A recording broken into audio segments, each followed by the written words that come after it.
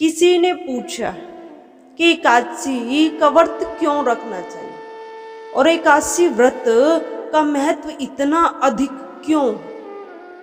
तो हम पहले विचार करें कि एकादशी क्या है। हमारे जो एक महीने में, एक मास में दो पक्ष आते हैं, एक आता है शुक्ल पक्ष और एक आता है कृष्ण पक्ष। तो शुक्ल पक्ष में भी जो 11 तिथि है उसको एकादशी माना गया है और कृष्ण पक्ष में भी जो 11 तिथि है उसको भी एकादशी माना गया है। दो एकादशी एक मास में आती है। जब अधिक मास आता है तब एक वर्ष में 24 एकादशी होती है, परंतु जो अधिक मास लग जाता है उसके कारण दो एकादशी और बढ़ जाती है, तो 26 एकादशी मानी गई। सभी एकादशियों के नाम अलग अलग हैं। उत्पन्ना एकादशी, मोक्ष एकादशी, पाप मोचनी एकादशी, बहुत नाम सबके अलग अलग हैं। 26 एकादशी है, सबके नाम अलग हैं। तो एकादशियों का हमारे हिंदू धर्म में, सनातन धर्म में बहुत महत्व है। क्यों महत्व है कि जो साप्ताहिक व्रत आते हैं, सोमवार से लेकर रविवार तक जो ये सप्ताह के व्रत आते, इनको हम रखें या न रखें। कोई भाई सोमवार का व्रत धारण करता है, कोई भाई मंगलवार का रहता है, कोई माता शुक्रवार का रहती है, तो ये सभी देवी देवताओं के व्रत माने गए। यदि इनको हम रखते हैं तब अच्छी बात है, किसी कामना हेतु या प्रभु प्रेम प्राप्ति हेतु रखते हैं तो अच्छी बात है, रखते हैं। और किसी कारण नहीं रखते हैं तो कोई दुष्प्रभाव हमारे जीवन पर नहीं पड़ता है, कोई गलत नहीं कहा गया। परंतु यदि हम एकादशी नहीं रखते तब हमारा शास्त्र कहता है कि यदि हम एकादशी में अन्न ग्रहण करते हैं, तब अन्न यदि हम पाते हैं तो हम पाप के भागी बनते हैं। अब अशुभ काम हम करते हैं। एकादशी के दिन अन्न का त्याग करना चाहिए। जो सामान्य भी मानव है, जो एकादशी में कहते हैं कि अन्न का हम त्याग ही नहीं कर सकते।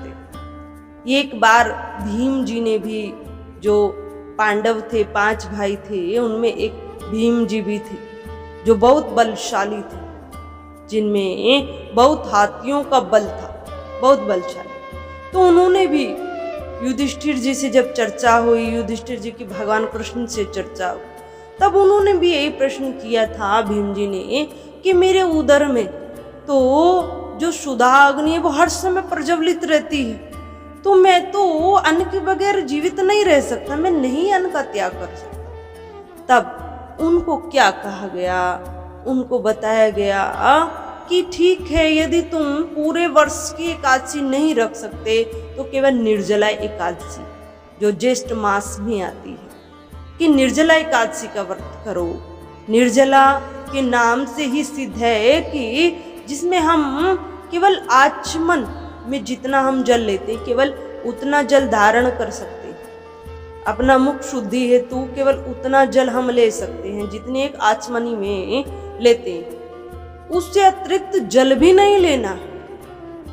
प्रातः काल से लेकर अगले प्रातः काल तक निर्जल रहना है, जल नहीं लेना है। अन्न का तो त्याग रहेगा पर जल का भी त्याग रहेगा, उसको निर्जल एकादशी कहते हैं। तो भीम जी को वही बताया गया कि एकादशी अवश्य रखनी चाहिए। अगर किसी से एकादशी व्रत में अन्न का त्याग नहीं होता तो वह निर्जल एकादशी रखे, पर एकादशी अवश्य रखे। एकादशी क्यों महत्वपूर्ण है, भगवान विष्णु को, श्री हरि को इतने प्रिय क्यों?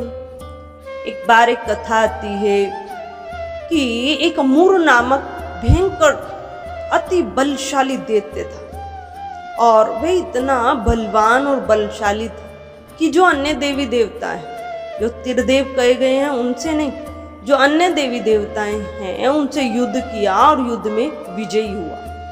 विजय होने के पश्चात अब उनको क्या सताने लगा।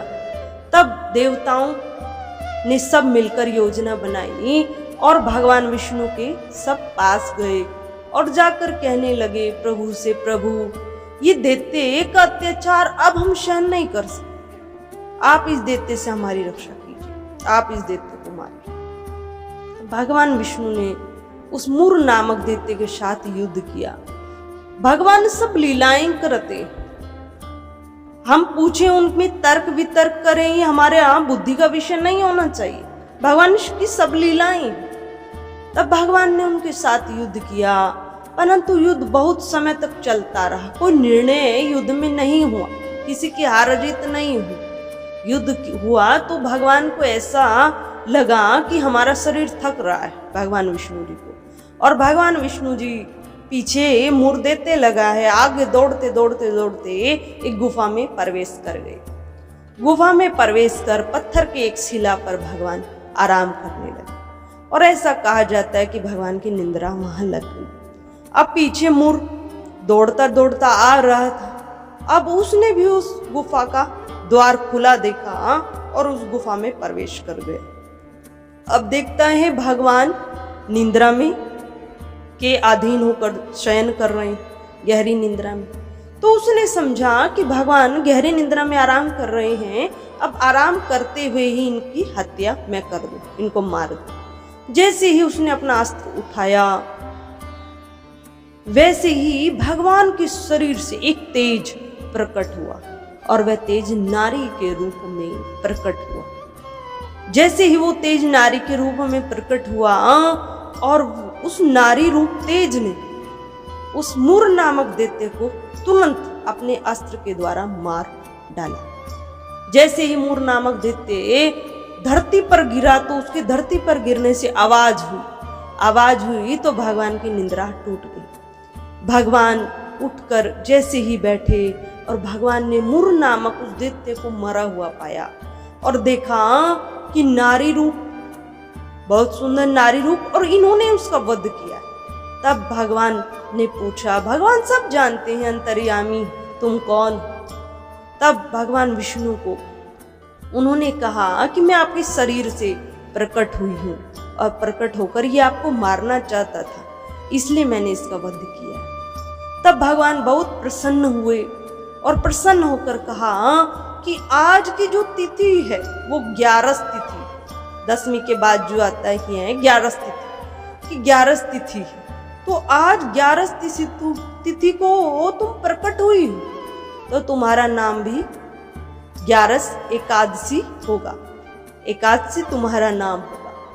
और जो भी संसार में मैं तुमसे इतना प्रसन्न हूं, ये 11 तिथि मैं तुम्हें देता हूं। एकादशी के नाम से 11 तिथि जानी जाती है, ये मैं तुम्हें देता हूं। जो भी संसारिक जन तुम्हारा आज के दिन व्रत करेंगे, वह उत्पन्ना एकादशी थी। उत्पन्ना एकादशी से ही समस्त एकादशी प्रारंभ होती, कि जो भी तुम्हारा व्रत करेगा, इस दिन धर्म कर्म करेगा, अन्न का त्याग करेगा, उसकी विशेष कृपा उसके ऊपर बनी रहेगी। उसकी तुम्हारी विशेष कृपा उसके ऊपर बनी रहेगी। उसकी समस्त मनोकामना भी पूर्ण होगी, और अंत में वह स्वर्ग को प्राप्त करेगा। ऐसा भगवान ने एकादशी तिथि को वरदान दिया। ऐसा भगवान ने एकादशी को वरदान दिया, और भगवान अंतर ध्यान हो गए। तब इसे ये माना जाता है कि एकादशी के दिन यदि हम व्रत लेते हैं, भजन पूजन करते हैं, तो विशेष लाभ मिलता है, और जो हमारे जीवन में पाप कर्म होते हैं वह भी क्षीण हो जाते हैं, नष्ट होते हैं, और अंत में हमें मोक्ष पद भी प्राप्त होता है। यह भगवान विष्णु का जो विशेष उपासक है, वह विष्णु लोक को भी प्राप्त करता है। और अन्न का त्याग क्यों बताया? कि जब ये कहा कि एक बार एक भक्त ने कि अन्न का त्याग क्यों किया जाता है, कितने व्रत ऐसे होते हैं कि संध्या के समय भोजन कर लेते हैं, संध्या के समय भोजन हो जाता है, पर एकादशी में ऐसा नहीं। सामान्य मनुष्यों को भी जो धर्म कर्म भी नहीं कर सकते, उनको भी अन्न का त्याग करना चाहिए। ऐसा क्यों कहा गया? इसके भी पीछे एक कथा है कि एक बार एक पाप, जिसको कहते हैं ना पुण्य और पाप, दो वस्तु, तो पाप भगवान के पास रोता हुआ गया और कहने लगा, प्रभु जी इतना धर्म कर्म संसार में होगा तो मेरी जगह कहाँ पर है? भगवान के लिए तो सबका प्रेम बराबर है कि मेरा स्थान कहाँ पर रहेगा। तब भगवान ने कहा जो एकादशी के दिन अन्न ग्रहण करेगा, भोजन पाएगा, उस एकादशी के दिन अन्न में तुम्हारा वास रहेगा। जो भी भाईजन, सांसारिक जन, चाहे सतयुग रहा हो, त्रेता युग हो, द्वापर हो, ये आज कलयुग, जो भी अन्न पाता है तो एकादशी के दिन पाप अन्न में प्रवेश कर जाता है। इस निमित्त अन्न का हमें त्याग अवश्य करना चाहिए। एकादशी के दिन हमें अन्न न ग्रहण करके कुछ फलाहार शरीर की रक्षा हेतु अवश्य लेना चाहिए। यदि हम इन सब बातों का ध्यान रखते हैं तो एकादशी का व्रत इतना महत्वपूर्ण है कि इतने कम शब्दों में उसकी व्याख्या नहीं हो सकती।